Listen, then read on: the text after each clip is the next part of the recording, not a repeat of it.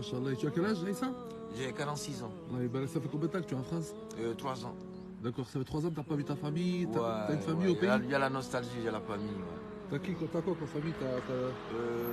J'ai ma fille, j'ai ma femme et mes frères et sœurs. Subhanallah, donc t'as pas de contact avec eux depuis 3 ans et tu essaies de survivre ici, quoi. Voilà, je suis parce que la vie, quand tu entreprends une démarche, il faut continuer, c'est-à-dire il faut se battre. Et il faut toujours essayer d'atteindre l'objectif avec la positivité. Aujourd'hui, ce qui manque, c'est la positivité. Parce que rapidement, tout le monde a envie d'être riche, tout le monde. Mais le problème, c'est pas d'être riche, avoir la richesse et puis ne pas savoir en utiliser. Seulement, il faut être juste.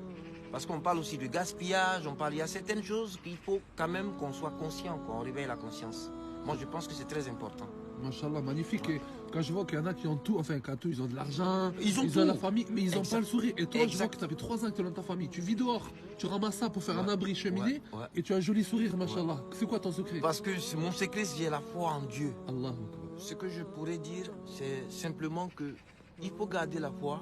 Ce monde, c'est vrai qu'il est au changement climatique, avec tous les émeutes, tous les conflits, les violences, la haine, la discrimination, le racisme, le mal envers l'autre. Il faudrait qu'on réveille nos consciences. Parce que, en fait, Dieu nous a tout donné. Dieu nous a permis d'être nous-mêmes avec nos capacités, avec notre liberté. On sera jugé de toute façon. Et comme on est conscient et qu'on est les êtres les plus aimés de Dieu qui a fait sa création, on doit réveiller notre conscience et être un peu plus humain. Il faut respecter tout ce qui vit et tout ce qui a été créé par Dieu. Tout le courage que je peux donner aux frères ou à tous ceux qui m'écoutent, c'est de reprendre la foi, la confiance, le respect de l'autre et le monde sera beaucoup plus mieux, plus équilibré. L'enveloppe, c'est le corps. Le corps doit être rendu à Dieu le Maître. C'est-à-dire, il nous prête ça pour nous tester. On est à l'école. L'école, c'est le monde.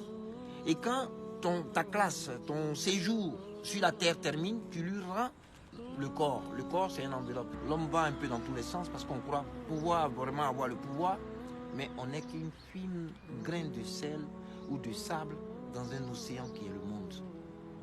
Tout ce que je peux donner comme conseil, c'est de réveiller la conscience. L'homme peut bien faire, on sait distinguer le bien et le mal. Et si on veut vraiment être positif, laisser un très bon héritage à nos enfants ou à la génération qui vient après nous, on doit maintenant commencer à cultiver, pas la haine, pas la discrimination, pas le racisme, mais la paix, le respect d'autrui et l'estime de l'autre et aussi la solidarité. C'est très important pour équilibrer ce monde. Alors tout ce que je peux dire à la nouvelle génération, c'est de se réveiller, d'être beaucoup plus positive. C'est vrai qu'on est dans une autre ère, mais d'être beaucoup plus sage dans les paroles écrites de Dieu. C'est très important. Je respecte ceux qui ne croient pas en Dieu, mais ça c'est leur problème. Mais moi, pour moi, Dieu il existe et c'est Dieu qui est notre maître.